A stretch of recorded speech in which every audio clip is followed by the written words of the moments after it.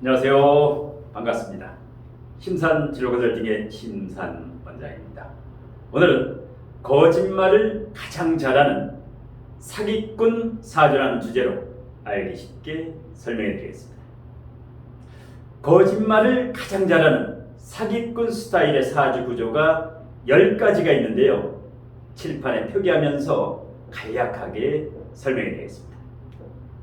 자, 첫 번째는 제다신약이라고 들어보셨죠? 시간 관계상 한글로 표기하겠습니다.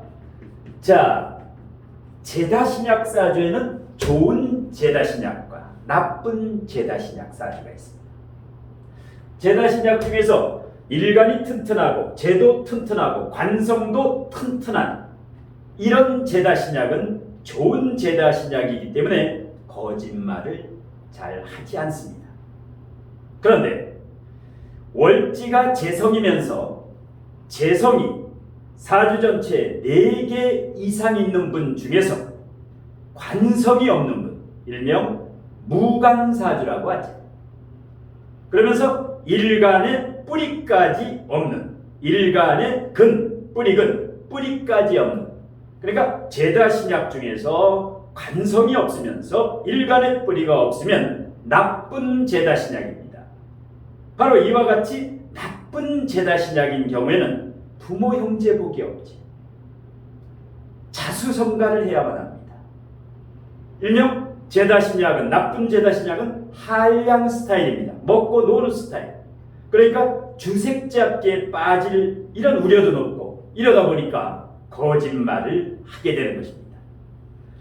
그래서 제다신약 중에서 나쁜 제다신약 사주, 이런 사주 구조를 가진 사람을 경계하는 게 좋습니다.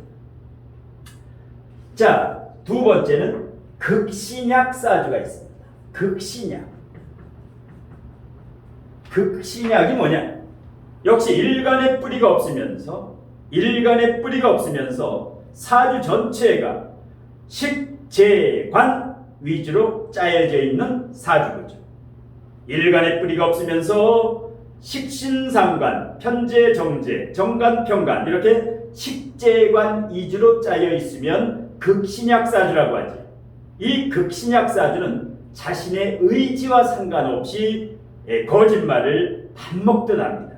아주 유연하게 스스럼 없이 거짓말을 하는 것이 극신약 사주가 됩니다. 그 다음에 세 번째는 비겁이 없으면서 비경겁제가 없으면서 식상이 매우 강할 때 일간 외에 비경겁제가 전혀 없으면서 식신상관이 강할 때 이런 경우는 어떻습니까? 항상 말이 앞서지요. 실천은 영광이 됩니다. 그러니까 이렇게 식상이 강하고 비겁이 없으면 허풍, 일명 허장성세라고 하지. 뻥을 잘 치기 때문에 이 말은 잘하는데 신뢰감이 없게 됩니다. 그래서 여러분들은 비겁이 약하면서 식상이 매우 강한 이 분은 항상 경계를 하는 게 좋습니다. 그래야 사기를 당하지 않습니다. 그 다음에 네 번째, 오행 중에서 수오행이 있지요. 목화토금수. 수오행이 매우 강할 때, 수오행이 4개 이상, 월지 포함해서 4개 이상이 있을 때, 수가 많고, 금수가 많아도 되고, 특히 수가 과다한 경우, 이렇게 되면 중독자 스타일이라고 보시면 됩니다. 수가 많으면 어떤 특정 알코올이라든가 마약이라든가 도박이라든가 성형이라든가 쇼핑 중독이라든가 어느 한 곳에 꽂히게 됩니다. 오락이라든가 병매라든가 그리고 특히 우울증이라든가 이런 쪽. 이러다 보니까 수다금침이라고 하는데 수가 많게 되면 여성들 같은 경우에는 유흥업소에 많이 종사하는 경우도 있죠. 이러다 보니까 거짓말에 능하게 됩니다. 특히 수가 많으면서 화가 없는 경우, 조후가 맞지 않는 경우, 음양이 맞지 않는 경우. 자, 그 다음에 다음에는 비겁이 강하면서 비겁이 왕하면서 재성이 고립되어 있는 경우, 비경겁제가 왕하면서 재성이 천간에 하나밖에 없거나 그것이 고립돼서 힘이 없을 때, 이럴 땐 거짓말을 하게 되지요. 왜? 비경겁제가 많으면 서로서 재물을 쟁탈하려고 경쟁이 심해지는데 내가 먹을 재성이 약하니까, 돈, 재물이 약하니까 어떻게 됩니까? 경쟁에서 이겨야 하니까 거짓말을 하게 되는 겁니다. 하고 싶어서 하는 것이 아니라 이 사주구조가 되면 거짓말을 하게 된다는 거죠. 자, 그 다음에 6번째. 자, 양일간과 음일간이 있습니다. 양일간은 갑병, 무경, 임일간. 이분들은 거짓말을 하게 되면 들통이 잘 나기 때문에 거짓말을 잘 하지 않습니다.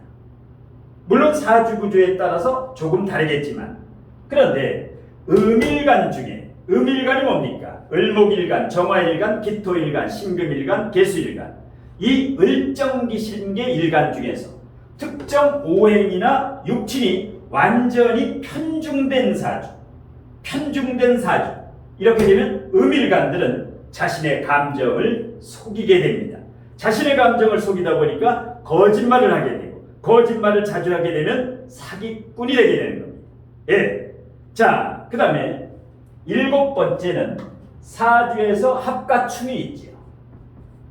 합이 많은 사람, 사주 원국에, 하주 원국에 4개 이상, 특히 지장간에 암합이 2개 이상 있는 경우, 암합이라고 하죠. 몰래한 사람. 이 합이 많게 되면 어떻게 됩니까? 바람기가 농후해집니다. 암하고나 합치려고 하죠. 그러니까 합이나 암합이 많으면 바람을 피우기 위해서 어떻게 됩니까? 바람꾼은 거짓말을 잘하게 되죠. 바람에 들통이 나지 않기 위해서 거짓말을 하게 되는 겁니다. 그래서 합이 4개 이상 있거나 암합이 2개 이상 있는 이런 경우는 경계를 해야 됩니다. 자, 그 다음에 여러분이 원진이라고 들어봤죠? 원진. 원진살이기도 하고 원진이라고도 합니다. 특히 월지, 일지가 원진인 경우, 월지와 연, 월, 일시에서 월지와 일지가 원진살을 가지고 있는 경우가 보통 주말부부라고 하죠. 월말부부. 왜? 월지와 일지가 원진이면 부부 불화, 부부 갈등, 부부 싸움이 많아지게 됩니다. 왜? 보면 싸우고 떨어지면 보고 싶고, 이게 바로 이제 월지, 일지 원진인데 다른 곳의 원진은 이러지 않습니다. 월지, 일지가 원진이 강한 경우입니다. 예. 이러다 보니까 부부지간에 불화와 갈등이 많다 보니까 부부싸움을 많이 하다 보니까 자기도 모르게 한번 거짓말을 하면 계속해서 변명을 해야 되고, 이러다 보니까 거짓말을 많이 하게 됩니다. 그러니까 부부끼리도 서로 신뢰를 못하니까 주말부부, 월말부부, 이러다가 별거 심지어는 이혼을 하게 됩니다. 자, 그 다음에 편인, 정인과 편인 중에 사주의 편인이 월지 포함해서 3개 이상, 편인이 매우 강한 사람. 편인이라는 것은 장점은 영감, 감각은 좋습니다. 그런데 편인이라고 하는 것은 속임수에 그만큼 능합니다. 물론 편인과 상관이 적절히 있으면 재능이 있는 사람입니다. 그런데 편인이 너무 과다하면 게으르지요. 예, 이론만 능하지요. 실질적으로 행동에는 약하고, 이론만 능하다 보니까 말만 잘하고, 예, 이러다 보니까 속임수에 능하게 됩니다. 그러니까 이제 편인이 너무 강하면 거짓말, 사기꾼 기질을 가지고 있다, 이렇게 보는 겁니다. 자, 마지막에 10번째입니다. 여러분이 기문이라고 들어보셨죠? 기문관살, 그 다음에 천문이라고 들어보셨죠? 예, 천문성이라고도 하고 천문살, 예, 기문관살. 이것이 사주 연월일시 모두 가지고 있을 때, 예를 들어서 귀문이라고 하면 귀신의 문, 그러니까 그 정도로 귀신과 통할 정도로 감각, 영감이 뛰어나고 예민하다는 겁니다. 집착증, 편집증도 가지고 있고, 의심을 하고 의처증, 의부증을 가지고 있게 됩니다. 예, 남편과 부부를 서로 믿지 못하니까 어떻게 됩니까? 서로서 거짓말을 하게 됩니다. 뭐 자유기문, 묘신기문, 추고기문, 그 외에도 뭐 사술기문, 예, 여러 가지 미인, 인미기문도 있고, 뭐 진의 기문도 있는데, 예, 그 다음에 천문도 술의 천문도 있는데, 또 사주 전체에서 2개 정도 있는 건 괜찮은데 2~3개까지는 연월일시가 모두 기문 천문인 경우 상당히 예민하지요. 예민하다 보면은 이제 부부 불화라든가 남녀 간에 이런 오해가 생기기도 하고, 이러다 보니까 이제 그 본의 아니게 거짓말을 하게 됩니다. 이 거짓말을 자주 하게 되면 사기꾼 사주가 되는 겁니다. 그래서 제가 강의나 상담을 하다 보면 사기를 당했다고 하는 분이 굉장히 많습니다. 네, 뭐 2차례, 3차례, 여러 차례 사기를 당하는 사람. 사기는 당한 사람이 또 당하게 됩니다. 병원에 입원한 사람이 또 병원에 입원하게 돼요. 사고도, 사건, 사고, 간제수도 난 사람이 계속 교통사고 나고, 사건, 사고, 교도소도 간 사람이 가고, 전과자가, 예, 고기도 먹어본 사람이 잘 먹고 마찬가지입니다. 그래서 거짓말을 잘 당하는 사람이라든가 사기를 잘 당하는 사람이 있습니다. 물론 거짓말을 하는 거짓말쟁이와 사기꾼은 나쁜 사람입니다. 그런데 제가 드리고 싶은 말씀, 사기꾼도 나쁜 사람이지만 거짓말을 당하고 사기를 자주 당하는 사람은 본인에게 큰 문제, 모순이 있습니다. 자신의 모순을 먼저 고쳐야지 사기꾼을 손가락질하고 사기꾼을 욕하고 사기꾼을 뒷담화하고 이렇게 신세한탄을 하고 사기꾼을 탓하는 사람은 얼마 후에 더 큰 사기를 당하게 됩니다. 그러니까 사기를 당한 사람은 내가 오죽했으면, 내가 잘못했으면, 무능했으면 사기를 당할 환경을 만들었기 때문에 거짓말을 하게끔 만들 그 환경을 만든 본인의 잘못도 있다. 그 본인의 잘못을 고치고 나서, 그리고 여러분이 사주 공부를 하는 이유는 개운법입니다. 여기 이제 10가지의 예를 들었지요. 예. 그러면 사주를 공부하면서 이것은 요거만 염두에 두면 여러분이 이제 사람을 사귈 때 앞으로도 새로운 사람 만나고 기존의 지인, 친구, 여러 사람과 인연법에서 만나게 됩니다. 만날 때 사주를 볼 때 이와 같이 책을 보지 않고도 이와 같이 10가지 정도 어렵지 않습니다. 예. 1분이면 뭐 숙지할 수 있을 정도로, 예.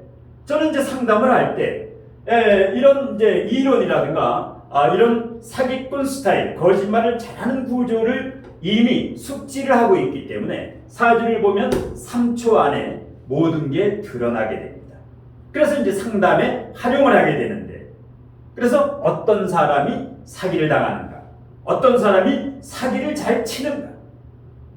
그래서 일단 오늘 제 강의의 목적은 거짓말을 잘하는 사기꾼 사주라는 주제 강의지만, 여러분이나 여러분의 가족이나 여러분의 자녀들이 앞으로 살아가면서 거짓말장애에게, 사기꾼에게 사기를 당하지 마십사, 이런 의도에서 오늘 강의를 해드렸습니다. 아무쪼록 앞으로는 어떤 경우에도 거짓말쟁이나 사기꾼에게 사기를 당하지 않으시길 천부경으로 축원드리면서 오늘 심산멘토의 거짓말을 가장 잘하는 사주구조에 대한 강의는 이것으로 모두 마치겠습니다. 고맙습니다.